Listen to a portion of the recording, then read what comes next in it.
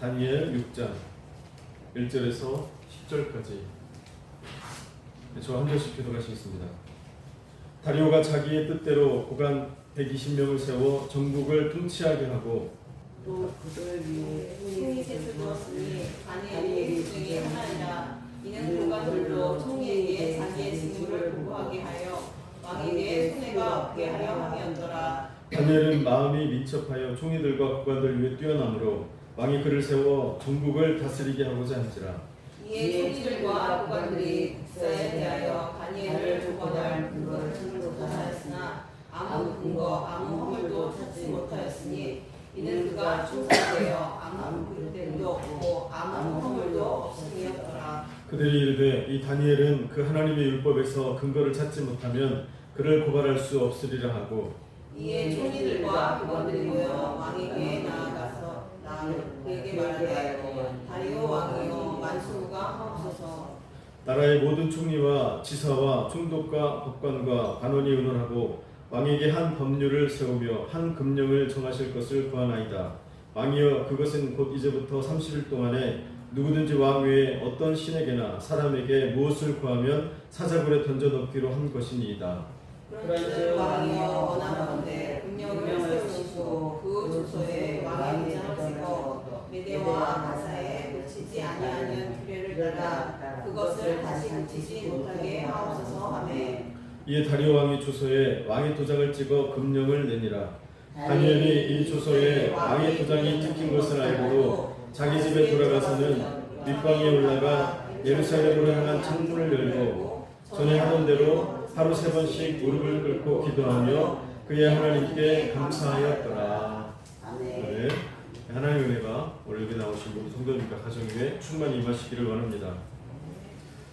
오늘날 우리가 살아가는 이 세상은 많은 문제를 안고 있습니다. 우한폐렴, 코로나로 인하여서 온 세계에 경제적인 어려움이 찾아왔습니다. 국가들이 나라를 부양하려고 경기 부양책을 쓰면서 인플레이션이 이제 오게 됐고요. 또 거기에 러시아 우크라이나 전쟁으로 인하여서 경제 문제가 더욱더 어려워졌습니다. 또 러시아 우크라이나 전쟁으로 인해서 원유 가격이 많이 상승했고 천연가스와 같은 에너지 가격이 많이 폭등을 했습니다. 그뿐 아니라 밀과 같은 곡물이 그 가격이 엄청나게 뛰어올랐고 또 기름과 같은 또 다른 나라들이 또 수출을 규제하기 시작하면서 우리 일상 생필품의 그 가격들이 엄청나게 올랐죠. 원자재 가격도 많이 올라가지고 그 문제로 인해서 또 기업들이 경영난에 허덕이고 있습니다. 또 시민들도 많이 어려움을 겪고 있고요. 또 이런 문제를 해결하려고 미국에서 또 환율을 많이 올렸죠. 빅스텝이라고 하는데 환율을 또 많이 올렸지만 아직도 부족합니다. 그런데 이제 더 올리면 경기 침체가 오게 되니까 미국에서 더 올려야 될지 말아야 될지 많은 이제 고민을 하고 있고요. 우리나라 역시 마찬가지입니다. 미국이 환율을 올리면 모든 세계가 다 같이 환율을 올리지 않으면 그 나라 그 통화가 가치가 떨어지기 때문에 어쩔 수 없이 올려야 됩니다. 우리나라도 많이 올렸는데 더 올리게 되면 또 서민들 또 경기가 무너지기 때문에 우리나라도 많은 고심하는 그런 시대를 우리가 살아가고 있습니다. 스리랑카 같은 나라는 디폴트를 선언을 했습니다. 국가가 이제 돈을 못 갚는 채무 불이행을 선언을 했고요. 그러면 그 나라 문제로 끝나는 것이 아니고 또 여러 세계적인 인플레로 인해서 또 나라마다 도미노처럼 이렇게 무너질 수 있는 그런 어려움이 있습니다. 또 아프리카 빈국 같은 나라들은 식량 문제로 인해서 우크라이나 전쟁으로 인해서 죽은 사망자보다 식량 부족으로 아사자가 더 숫자가 많이 나올 거라는 그런 전망들을 전문가들이 내놓고 있습니다. 미국과 중국은 지금 패권 전쟁을 하고 있죠. 그래서 신냉전 시대가 도래를 했습니다. 또 우리나라의 좌우의 그런 어떤 이데올로기 문제, 또 남북 통일 문제, 북한의 핵실험 문제, 미사일 고도화 문제, 또 우리나라의 저출산, 또 초고령화의 문제, 또 중국의 또 대만의 문제 등 정말 이 세대는 해결해야 될 일들이 엄청나게 많이 산재해 있습니다. 참 혼란한 이제 시대를 우리가 살아가고 있는데, 이런 시대를 우리 그리스도인들이 어떻게 살아가야 될까? 오늘 우리가 성경을 보면 하나님께서 우리에게 한 인물을 보여주십니다. 우리보다 더 어려웠던 격동기를 살아갔던 한 인물을 하나님께서 보여주시면서 이런 혼란한 시대를 그리스도인들이 어떻게 살아가야 되는지 그렇게 우리에게 말씀해주고 있습니다. 그 인물은 바로 다니엘입니다. 다니엘이 살던 시대를 보면 유다왕 여호야김 3년에 바벨론에 느부갓네살 왕이 쳐들어옵니다. 그래서 예루살렘 성전 기구들을 다 이제 가져가고, 그리고 유다의 왕족과 귀족들을 사로잡아 바벨론으로 끌고 갑니다. 이때 다니엘과 그의 친구들도 같이 잡혀서 끌려가게 됩니다. 느부갓네살은 세계사에 보면 네부카드네자르 2세라고 그렇게 알려진 왕입니다. 그는 세계 7대 불가사리 중에 하나인 공중정원, 그것을 이제 공중정원을 지은 사람이고, 또 우리가 알고 있는 지구라트 등을 만든 건축을 많이 한 왕으로 그렇게 널리 알려져 있는 왕입니다. 다니엘서가 이제 기록된 시기, 다니엘이 살았던 시기는 BC 605년에서 530년 중반을 그 배경으로 하고 있습니다. 좀 전에 말했던 것처럼 다니엘은 이스라엘의 왕족입니다. 그런데 포로로 끌려가가지고 신바벨론 제국에서 느부갓네살 왕, 또 벨사살 왕을 섬겼고, 또 메대의 다리오 왕, 또 통일된 메데바사 제국의 고레스 왕을 이렇게 섬겼던, 무려 왕을 4명이나 또 제국이 이렇게 거치는 그런 시대 속에서 살아갔던 인물입니다. 벨사살 왕은 이 바벨론의 마지막 왕입니다. 이 바벨론 제국이 엄청난 제국입니다. 나중에 제가 시간이 있으면 말씀을 드릴 텐데, 엄청난 제국입니다. 현대 미국과 같은 그런 엄청난 그런 세계를 정복하고 엄청난 제국, 넓은 영토를 가졌던 나라가 바로 바벨론입니다. 그 나라의 마지막 왕이 이제 벨사살인데, 그는 참 교만했습니다. 그래서 그는 성전 기물, 예루살렘에서 하나님을 섬길 때 사용했던 그 성전 기물을 가져오게 해가지고 연회 때 술을 마십니다. 그것을 통해 가지고 또 술을 마십니다. 이 일로 인해서 그는 하나님의 심판을 받게 되죠.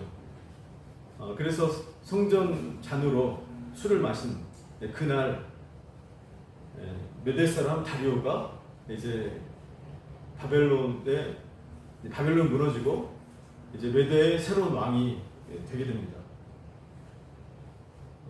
고레스가 이 바벨론을 무너뜨린 거죠. 그래서 이 고레스는 이 다리오의 외삼촌입니다. 고레스가 이 바벨론을 무너뜨리고 나서 메대의 환심을 사기 위해서, 메대 사람 환심을 사기 위해서 메대 바사의 통일 제국의 초대 왕으로 외삼촌을 세운 거예요.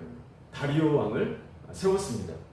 그리고 이제 고레스는 다리오의 딸, 이제 고레스의 외사촌이죠. 외사촌 동생을 아내로 맞아서 결혼을 하게 됩니다.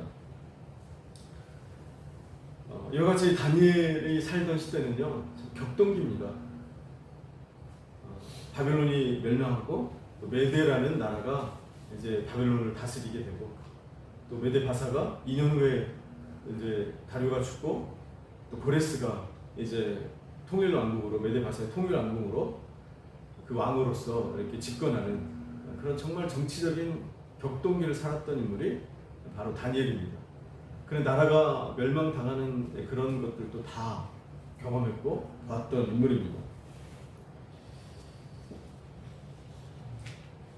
이렇게 정치적으로 또 사회적으로 혼란한 이 격동기를 살았던 이 다니엘, 성경은 그의 삶의 모습을 통해서 하나님의 백성들이 그런 시기에 어떻게 살아가야 되는가를 분명하게 말씀해 주고 있습니다. 오늘 말씀은 좀 전에 말씀드린 것처럼 메대 사람 다리오가 이제 막 왕이 되었을 때 일어난 일입니다. 그는 메대 왕이 되자 120명의 고관들을 새롭게 선출합니다. 그리고 그들을 통해서 이 제국을 다스렸습니다. 그리고 120명 고관들 위에 총리 3명을 새롭게 두었는데 그 중에 한 명이 다니엘입니다. 그런데 오늘 말씀을 보니까 다니엘은 다른 총리들보다, 다른 120명의 고관들보다 매우 뛰어났다고 그렇게 말씀하고 있습니다. 왜냐하면 그가 민첩하였기 때문이다. 그렇게 성경이 우리에게 가르쳐 줍니다. 다니엘이 모든 행사에 그 어떤 누구보다도 탁월했기 때문에 이 다리오 왕은 그를 모든 총리들 위에 세우고자 했습니다. 그래서 나라를 다스려서 그 나라에 손해가 없도록 하기 위해서 그런 계획을 세우고 진행을 하려고 했습니다. 그런데 이 소식을 들은 다른 총리들이나 국관들이 좋아했을까요? 싫어했을까요? 엄청나게 싫어했습니다. 왜냐하면 시기심 때문일 수도 있죠. 자기가 그렇게 돼야 되는데 못 되니까 다니엘을 또 시기했죠. 아니면 또한 자기들이 행했던 잘못된 일들, 부정부패가 드러날 수 있기 때문에, 그로 인해서 또한 자기들의 어떤 이익이 침해당할 수 있기 때문에 엄청나게 싫어했습니다. 무엇보다 또 다니엘은 그들이 보기에 이방인입니다. 자기 나라 사람도 아니고 이방인이에요. 그리고 이 나라를 세울 때 공헌했던 힘을 이렇게 많이 쏟았던 그 사람들이 더 큰 권력을 잡아야 되는데 다니엘은 그런 인물도 아닙니다. 그러니까 시기를 하는 거죠. 우리가 그 자리를 차지해야 되는데 저 타국인, 자기가 정복했던 나라에 그 한 사람이 나라의 2인자가 되려고 하니까 어느 누가 좋아하겠습니까? 그래서 그들은 다니엘에게서 흠을 찾기 시작했습니다. 요즘 말로 말하면 다니엘에게 부정 비리가 있는지, 또 정경유착이 있는지, 부패된 모습이 있는지 그것을 찾기 시작했다는 거죠. 그들은 샅샅이 조사를 했습니다. 그런데 그들은 다니엘에게서 단 한 건의 부정적인 모습을 발견할 수도 없었습니다. 이것은 다니엘이 얼마나 정직하게, 얼마나 성실하게 그 일들을 잘 감당했는지 우리가 알 수가 있죠. 그래서 그들은 결론을 내리기를, 이 다니엘은 율법으로 올가매지 않으면 그를 이런 자리에서 내칠 수 없다, 그렇게 결론을 내립니다. 그래서 한 법률을 제정하도록 왕에게 촉구합니다. 그 법의 내용이 뭐냐면, 지금부터 30일 동안 이 나라에 있는 어떤 사람도 왕 외에 어떤 신이나 사람에게 어떤 무엇을 구하면, 기도하면 사사불에 던져 넣자 하는 그런 법령입니다. 지금 나라가 이제 바뀌었잖아요. 바벨론이 멸망하고 메대가 이제 왕권을 잡으니까 나라가 엄청나게 어수선했습니다. 또 다리오 왕이 이제 생각할 때 이제 본인은 왕권을 강화해야 되는 그런 필요를 느꼈겠죠. 그래서 다리오 왕은 그 다니엘의 원수들이 요구했던 그 법령을 좋아했습니다. 찬성했습니다. 그래서 그 법령에 도장을 찍습니다. 그런데 그 법은 변개할 수 없는 법입니다. 왕이라도 이제 한번 결정하면 바꿀 수 없는 그런 법을 제정을 한 거죠. 그럼에도 불구하고 다니엘이 어떻게 행동했냐면, 다니엘은 예전처럼 변함없이 위층으로 올라갑니다. 위층으로 올라가면 사람들이 다 볼 수 있겠죠. 원수들이 지금 다니엘만 보고 있는데, 다니엘도 그것을 알고 있는데, 다니엘은 자신의 집 위층으로 올라갑니다. 그리고 창문을 엽니다. 그리고 예루살렘을 향하여서 예전처럼 하루에 3번 하나님께 기도를 드렸습니다. 이런 다니엘의 모습을 보면 정말 혼란한 시대를 살아가는 우리가 어떻게 살아가야 되는가, 어떻게 반응하며 살아가야 되는지를 분명히 보여주고 있습니다. 먼저 하나님의 사람들은 어떻게 혼란한 시대를 살아가야 됩니까? 먼저 성령의 사람으로 살아가야 됩니다. 오늘 말씀 3절에 보면 다니엘이 민첩했다라고 성경이 기록하고 있습니다. 그래서 총리들이나 다른 120명의 고관들보다 훨씬 뛰어났다라고 말씀하고 있습니다. 그래서 여기서 민첩했다는 것은 어떤 그가 똑똑하고 지혜가 있고 어떤 상황이나 어떤 형편이나 형세를 잘 분석해서 뭐 잘 움직였다라는 그 정도의 수준의 말이 아닙니다. 그가 민첩했다라는 그 단어의 뜻을 보면 이런 뜻입니다. 그의 안에 탁월한 영이 있다. 그런 의미입니다. 다니엘 안에 탁월한 영이 그 안에 있었다라는 말이 원어의 뜻입니다. 한마디로 말하면 다니엘이 성령에 충만했다 그런 말씀입니다. 성령이 충만했기에 그가 고관이나 어떤 총리들보다 훨씬 탁월하게 뛰어나게 일들을 국사를 감당할 수 있었습니다. 사실 그는요 지금 그랬던 것 지금뿐만 아니라 어렸을 적부터 하나님의 영으로 충만한 인물이었다라고 다니엘서에 기록되고 있습니다. 다니엘서 1장 17절에 하나님께서 이 네 소년에게 학문을 주시고 모든 서적을 깨닫게 하시고 지혜를 주셨으니 다니엘은 또 모든 환상과 꿈을 깨달아 알더라 그렇게 기록을 하고 있습니다. 어릴 때부터 하나님을 사랑했고 믿음으로 살기로 다니엘은 별단한 인물입니다. 그래서 하나님은 바벨론에도 많은 사람들이 있었고 이스라엘에 정말 뛰어나다고 잡혀온 그런 많은 소년들이 있었지만 그 중에서 하나님께서 이 다니엘과 그 세 친구에게 하나님께서 지혜를 주셨습니다. 성령을 부어주셨습니다. 그리고 그 중에서 다니엘에게는 특별하게 모든 환상과 꿈을 깨달아 알 수 있도록 하나님께서 기름 부어주셨습니다. 그는 어릴 때부터 이와 같이 성령으로 충만했던 인물입니다. 또 그는 느부갓네살이 두 번의 꿈을 꾸게 되는데 왕이 그 꿈으로 인해서 번민을 합니다. 그래서 이 꿈 때문에 첫 번째 꿈 때문에 이 나라에 난리가 납니다.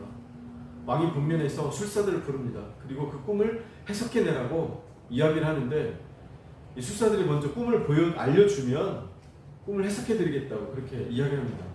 그런데 이 바벨론 느부갓네살은 너희들이 꿈을 맞추라고 그렇게 요구를 하는 거죠. 알려주지도 않고 내 꿈을 맞춰라. 그리고 해석을 해라.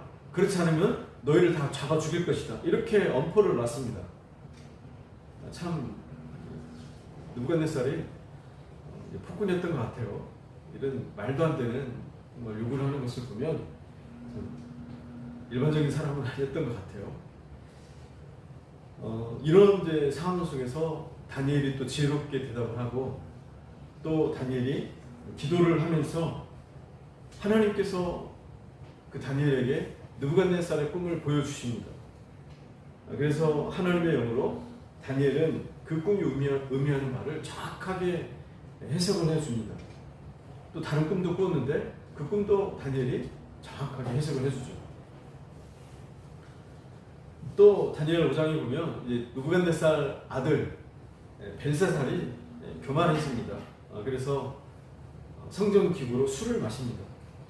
연회를 베풀고 술에 취해가지고 성전 기구를 가져오라고 명령해서 그 성전 기구들로 술을 마시죠.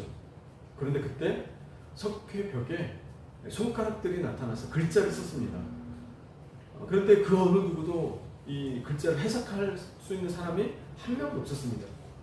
그런데 하나님의 영으로 충만했던 다니엘이 그 단어가 그 글자가 무엇인지를 설명해 주었습니다. 또 그 이후에 다니엘은 또 하나님께서 보여주신 여러 이제 환상을 보고 또 계시를 받게 되고 그러면서 하나님의 백성들이 어떻게 살아야 될지를 알려주었습니다. 특별히 이제 남방왕, 북방왕에 대한 예언을 통해 가지고 미래에 벌어질 그 인간사에 대해서 전쟁에 대해서 그가 예언을 합니다. 그러면서 그가 무엇을 우리에게 보게 하냐면 역사의 주관자는 인간이 아니라는 사실을 알게 합니다. 인류의 인간의 역사는 제국의 왕들이 다스리고 통치하고 이끌어가는 것이 아니라 하늘에 계신 하나님께서 인간 역사의 주관자이시고 영원한 통치자이시며 이 땅의 왕국 제국은 영원하지 않고 오직 하나님의 나라만이 영원한 나라임을 그가 선포합니다. 그가 사람들에게 알려주는 거예요. 사랑하는 여러분, 포로로 잡혀왔던 한 사람이 이런 엄청난 일들을 해냈습니다. 바벨론 느부갓네살이 하나님을 알게 했습니다. 또 다리오 왕도 하나님을 알게 했고요. 또 고레스 왕까지도 이 다니엘을 통해서 하나님을 알게 했습니다. 이런 모습을 보면 정말 하나님의 백성들이 그 삶을 어떻게 살아야 되는가 우리에게 가르쳐 주는 거죠. 어떻게 살아야 됩니까? 하나님의 백성은 하나님의 영으로 감동되어서 살아가야 된다는 것을 알려주는 거예요. 하나님의 백성들은 오직 성령의 충만함을 입고 살아가야 된다는 것을 다니엘이 우리에게 가르쳐주고 있습니다. 그리스도인들은 어떤 사람입니까? 그리스도인들은 이렇게 말할 수 있습니다. 그리스도인들은 성령으로 살아가는 사람이라고 우리에게 이렇게 말할 수가 있는 거예요. 그리스도인들은 다른 것으로 살아가는 존재가 아니라 하나님의 영으로, 성령으로 살아가는 존재가 그리스도인들이다. 오늘 다니엘을 통해서 우리에게 또한 가르쳐주고 있습니다. 사랑하는 성도 여러분, 우리가 하나님의 영으로 살아가기를 결단하고 성령님만을 추구하면서 우리가 그렇게 살아간다면 하나님은 다니엘과 같이 오늘 우리를 통하여서 놀라운 일들을 이루어 주실 줄로 믿습니다. 그래서 우리가 이 땅을 살아가면서 간구해야 될 것은 많은 기도 제목이 있지만 그 무엇보다도 하나님의 영의 충만함을 우리가 간구해야 됩니다. 성령의 충만함을 우리가 간구해야 됩니다. 이 혼란한 시대 속에서 정말 이 어려운 시대 속에서 우리가 그 무엇보다도 하나님의 영으로 이 땅을 살아갈 수 있도록 또 이 어려운 시대 속에서 다른 사람에게 큰 영향력들을 발휘하면서 그렇게 놀랍게 살아갈 수 있도록 우리가 그렇게 간구하며 우리가 성령을 간구하며 그렇게 살아가야 될 줄로 믿습니다. 이 급변하는 세상은요 반드시 하나님의 영에 감동된 사람을 찾습니다. 그런 사람이 필요한 거예요. 이 혼란한 시대 어떤 사람이 필요합니까? 하나님의 영에 감동된 다니엘과 같은 요셉과 같은 사람이 필요합니다. 세상은요 예나 지금이나 어려움을 겪습니다. 지금만 어려움이 있었던 것이 아니라 다니엘이 살던 시대는 더 어려웠습니다. 더 많은 전쟁이 있었습니다. 나라가 전복되고 뒤집어지고 제국도 하루아침에 끝나는 그 시대가 다니엘이 살던 시대입니다. 그런데요 그런 시대 속에서 하나님은 하나님의 사람을 통해서 나라나 제국에 안정을 주셨고 평화를 허락해 주셨습니다. 우리가 인간의 역사, 세상사를 따져보면 이 서양사는요 기독교사입니다. 유럽의 역사, 기독교의 역사입니다. 우리나라 근대와 기독교가 없이는 설명할 수가 없습니다. 물론 역사 속에서요 기독교가 장한 시대만 있었던 것이 아닙니다. 중세시대는 기독교가 타락해가지고 부정적인 영향도 많이 끼쳤습니다. 또 대선교 시대 때도 또 잘못된 선교 정책으로 인해서 또 기독교회가 어려움을 끼친 것도 사실입니다. 그러나 전체적인 인간의 역사, 전체적인 세계사, 동양사나 서양사를 보면은 그 역사는요 기독교를 빼놓고는 설명할 수가 없어요. 무엇을 의미합니까? 그만큼 하나님의 사람을 통해서 하나님께서는 이 땅의 역사를 이끌어가고 계셨다는 것을 우리가 알 수가 있어요. 그래서 예나 지금이나 세상은요 하나님의 사람을 필요로 하고 있습니다. 하나님의 사람들을 요구하고 있습니다. 교회를 싫어하는 것 같이 보여도 그렇죠? 여전히 그들이 바라는 것은 하나님의 영이 감동된 사람이 나와서 그 땅에 평화를 가져오고 그 땅에 안정을 가져오고 모든 세상 백성들이 평안하게 살 수 있는 그런 사람을 요구하고 있다는 거예요. 상성도 여러분, 오늘 하나님께서 우리를 그러한 사람으로 부르신 줄로 믿습니다. 하나님의 영에 감동되어서 주변 사람들을 평화롭게 하고 정말 격동의 그 시대, 그 시간을 살고 있는 그 영혼의 마음에 평강을 주고 그 가정에 평강을 이루어주고 그런 사람들이 기다리고 있습니다. 오늘 우리가 그런 사람들 될 수 있기를 원합니다. 또 하나님의 백성들이 이 혼란 길을 어떻게 살아가야 됩니까? 두 번째로 기도의 사람으로 살아가야 됩니다. 오늘 다니엘의 삶 속에서 우리가 주목해서 봐야 될 부분은 그의 기도의 모습입니다. 그는 지금 나라의 총리입니다. 총리 중에서도 수석 총리입니다. 그러면요, 나라 서열에 이 손가락 안에 들어가는 사람이에요. 힘도 있고요, 권력도 있습니다. 그만큼 권력이 있으니까 그가 해야 될, 감당해야 될 일도 많이 있습니다. 지금 바벨론이라는 엄청난 제국이 무너졌습니다. 그리고 새로운 나라가 들어섰습니다. 그러면서 모든 나라의 조직과 행정과 구역을 새롭게 하고 있습니다. 나라의 체계를 세워가고 있는 그런 시간이에요. 얼마나 바빴겠습니까? 정말 시간을 낼 수 없습니다. 그 국사를 돌보려면 다니엘이 몇십 명이 되어도 그를 하기에는 벅찹니다. 얼마나 바빴겠습니까? 이 정도로 바쁘면요, 다니엘은 핑계댈 수 있습니다. 바쁘니까 이 국사가, 이 혼란기가 좀, 나라의 체계가 좀 세워지면 이제 그때 기도하겠다, 이렇게 생각할 수도 있잖아요. 다니엘은 그렇게 생각하지 않았습니다. 그는요, 먼저 기도의 삶을 1순위로 두었습니다. 그렇게 바쁜데, 그렇게 할 일이 많은데 그의 삶의 1순위는 기도였습니다. 그는 습관을 따라서 하루에 3번이나 하나님께 기도를 했습니다. 예루살렘을 향하여서 그 창문을 열고 하나님께 기도를 드렸습니다. 장성도 여러분, 여러분의 삶의 1순위는 무엇입니까?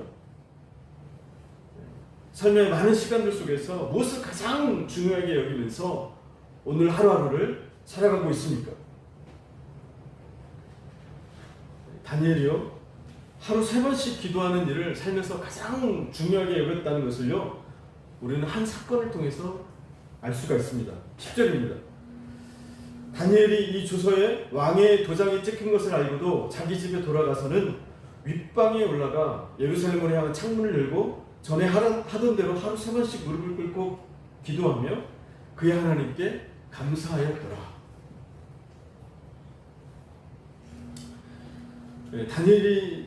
다니엘을 시기하던 그 총리들, 그를 깎아내리려고 했던 이 많은 고관들, 그들이 다니엘을 죽이려고 법령을 제정한 것을 다니엘은 잘 알고 있습니다. 왕이 그 조서에, 그 금령에 찬성해서 도장을 찍은 것도 다니엘은 그 어느 누구보다 잘 알고 있습니다. 이를 어기면 그의 목숨이 이제 끝날 것도 알고 있습니다. 그가 사자굴에 던져져서 죽임을 얼마나 비참하게 죽게 되는지 다니엘은 잘 알고 있습니다. 상황이 이 정도 되면 다니엘은 지혜롭게 생각하면서, 자, 이제 내가 한 30일만 기도 쉬자. 안 그래도 바쁜데 30일만 쉬고 기도하더라도 위층 말고 아래층에서 창문도 닫아놓고 아무도 모르게 그렇게 기도하자. 그렇게 할 수 있습니다. 그가 이렇게 한다고 해서 그에게 뭐라고 할 사람 한 사람도 없습니다. 창문을 닫고도 은밀하게 기도할 수 있는데도 다니엘 그렇게 하지 않았어요.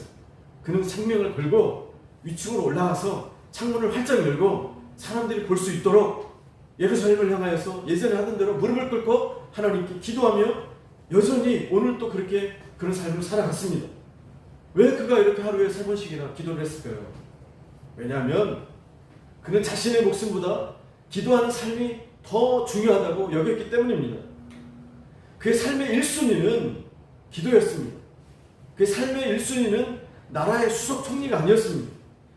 고위직을 만나서 인간관계를 넓히는 일도 아니었습니다. 삶의 여유를 즐기고 여흥을 즐기고 세상의 오락거리를 누리면서 그렇게 살아가는 것이 그의 삶의 1순위가 아니었습니다. 그러면서 행복한 삶을 누리자, 그게 삶의 1순위도 아니었습니다. 요즘 욜로족 하는데 그게 1순위가 아니었어요. 그 1순위는 기도였습니다. 하나님의 사람으로 하루에 3번씩 하나님을 향하여 기도의 사람으로 살아가는 것이 그의 삶의 1순위였습니다. 그는 이 일을 자신의 목숨보다도 더 중요하게 여겼습니다. 그래서 창문을 열고 그 어려움이 있는데도 그 상황 속에서도 하나님께 기도했던 거예요. 사랑하는 성도 여러분, 오늘 우리는 무엇을 삶의 1순위로 여기면서 그렇게 살아가고 있습니까? 무엇이 삶에 가장 중요하다고 여기면서 그렇게 살아가고 있습니까? 행복입니까? 인생의 즐거움입니까? 인생의 쾌락입니까? 그런 것보다도 다니엘과 같이 하나님께서 기뻐하시는 기도의 삶을 삶의 1순위로 두면서 그렇게 살아갈 수 있는 성도님들 다 되시기를 원합니다. 좀 전에 처음 말씀드렸던 것처럼 이 세상은 참 문제가 많아요. 너무나 많은 문제를 안고 있고 해결해야 될 일들이 너무 산적해 있습니다. 하나님은요, 그런 일들을 해결할 수 있는, 기도로 해결할 수 있는 사람을 오늘날도 찾고 있습니다. 우리 주변에 아파하는 그 영혼을 위해서 중보하고 기도할 수 있는 사람을 오늘 하나님이 찾고 있습니다. 이 나라, 이 지역사회를 위해서 정말 경제가 정말 어려움에 있습니다. 이 문제를 기도로 해결할 수 있는 사람을 오늘 하나님이 찾고 있어요. 북한 문제를 해결할 수 있는 사람을 찾고 있고, 러시아 우크라이나 문제, 그로 인하여서 세계 여러 식량 폭동의 문제, 정말 에너지와 원자재 가격의 상승의 문제를 기도로 해결할 수 있는 사람을 오늘 하나님이 찾고 있는 거예요. 오늘 우리가요, 하나님이 찾으시는 기도하는 사람이 다 될 수 있기를 원합니다. 세 번째로요, 하나님의 사람은 이 혼란한 시대를 어떻게 살아가야 됩니까? 세 번째로, 정직하게 살아가야 됩니다. 다니엘 선지자 또한 우리 그리스도인들의 삶이 어떤 삶이 되어야 되는지 말씀해주고 있습니다. 그것은요, 흠이 없는 삶이에요. 참 털어서 먼지 안 나는 사람이 어디 있겠냐, 그렇게 말하죠. 어느 누구도 자신 있게 말할 수 없는데 오늘 다니엘은요, 털어서 먼지 안 나는 사람이었습니다. 그는 바벨론 제국에서 정말 서열 상위로도 살았던 인물입니다. 다니엘 3장 3절에 보면 왕이 드디어 사드락과 메삭과 아벳느고를 바벨론 지방에서 더욱 높이니라 그렇게 말씀하고 있어요. 느부갓네살이 다니엘과 그 친구들을 높였습니다. 벨사살 때는요, 그가 꿈을 해석함으로 벨사살이 나라의 세 번째 지휘자로 그를 올렸습니다. 다리오 때는요, 총리 셋 중에 수석 총리였습니다. 이 정도 되면요, 이 정도 자리에 올라가면 사람들 흐트러집니다. 이제 인생 잘 나간다고 생각하니까, 이제 문제가 없다고 생각하니까, 이제 정말 고속도로를 달린다고 생각하니까 삶이 흐트러지기 시작합니다. 자기 소견에 옳은 대로 행할 수도 있어요. 그런데 다니엘은요, 그렇게 살지 않았습니다. 다니엘서 6장 4절을 보니까 아무런 흠도 없는, 허물도 없는 삶을 그가 살았습니다. 그 자리에서 그렇게 고결하고 정직하고 이렇게 순결하게 하나님과 사람들 앞에서 그가 인생을 살아냈습니다. 그를 고소하려고, 그를 죽이려고 총리들과 120명의 공안들이 그 삶을 다 뒤져봤습니다. 샅샅이 뒤져봤습니다. 그런데 한계를 찾지는 못했어요. 그가 얼마나 하나님 앞에 그렇게 순결하고 정직하게 살았는지 오늘 성경이 우리에게 말씀해주고 있습니다. 오늘 성경은요, 바벨론 제국이 멸망하고 이제 메데 바사의 통일 제국이 이제 들어선 지 얼마 안 되는 시대입니다. 이렇게 제국이 바뀌면요, 보통 어떻게 합니까? 그 전 제국의 고위 관직은 거의 몰살시킵니다. 다시 나라를 반란할 수 있는 세력을 규합할 수 있기 때문에 그 전 제국의 고위 관직자들은 거의 다 죽이거나 아니면 아무 힘을 쓸 수 없는 다 선 같은 데로 보내버리거나 아니면 감옥에 쳐넣습니다. 그것이 일반적인 세상의 역사이고 일반적인 모습입니다. 그런데 오늘 다니엘의 모습을 보면요, 그렇지 않아요. 그는 바벨론 전 제국의 고위직에 앉아 있었던 사람입니다. 그런데 다리오는 그를 나라의 총리로 세웁니다. 어떻게 이런 일이 가능했을까요? 그는 죽임도 당하지 않고 나라의 몇 인자 안에 드는, 서열 몇 위 안에 드는 그런 간직에 오르게 됩니다. 왜입니까? 하나님께서 그를 보호해 주셨기 때문입니다. 또 그만큼 그가요, 이전 제국에서 얼마나 일들을 성실하고 진실하게 지혜롭게 그가 정직하게 행했는지를 사람들이 다 알았다는 거예요. 제국이 바뀌어도 세상이 완전히 뒤집어지는 그런 상황 속에서도요, 그런 사람들에게 인정받을 만한 그런 삶을 살아냈던 겁니다. 그 삶은요, 바벨론의 느부갓네살이 인정을 했고요, 그가 하나님을 찬양하도록 하는 삶을 살아냈습니다. 또 메대의 다리오 왕까지도 그를 극진히 아끼는 그런 삶들을 살아냈던 거예요. 사랑하는 성도 여러분, 오늘 하나님께서 우리가 그런 삶들을 살 수 있도록 부르신 줄로 믿습니다. 정직하게 살면 어떻게 돈 못 번다는 정말 그런 생각들이 다분한 시대죠. 그러나 그렇지 않아요. 오늘 다니엘이 우리에게 분명하게 말씀해 주고 있습니다. 하나님과 사람 앞에서 정직하게, 순수하게, 순결하게, 충성스럽게 살아가도 하나님은 오히려 그를 붙잡아서 나라의 총리로 세우신다는 거예요. 나라의 대제국에 큰 영향을 미치는 그런 사람으로 여전히 세우신다는 것을 오늘 다니엘서가 우리에게 말씀해 주고 있습니다. 그 삶이 오늘 우리가 살아야 되는 삶인 줄로 믿습니다. 말씀을 마치겠습니다. 우리가 이러한 혼란한 시대에 어떻게 살아가야 됩니까? 먼저 성령의 사람으로 살아야 됩니다. 두 번째로 기도의 사람으로 살아야 됩니다. 세 번째로 흠이 없는 사람으로 그렇게 살아갈 것을 하나님께서 우리에게 말씀해 주십니다. 오늘 우리가 그런 삶을 살기를 원합니다. 기도하겠습니다. 아버지 하나님, 오늘 정치적인 격변기 속에, 혼란기 속에 하나님의 사람으로 살았던 다니엘의 모습을 보면서 이 혼란한 시대, 이 어려운 시대에 우리가 어떻게 살아야 되는지 같이 나눴습니다. 우리가 이 시대에 다니엘과 같이 먼저 성령의 사람으로 살게 하여 주옵소서. 우리가 기도의 사람으로 살게 하여 주옵소서. 하나님 앞과 사람들 앞에서 흠이 없는 삶을 우리가 살아갈 수 있도록 우리에게 은혜를 더하여 주옵소서. 예수님 이름으로 기도하옵나이다.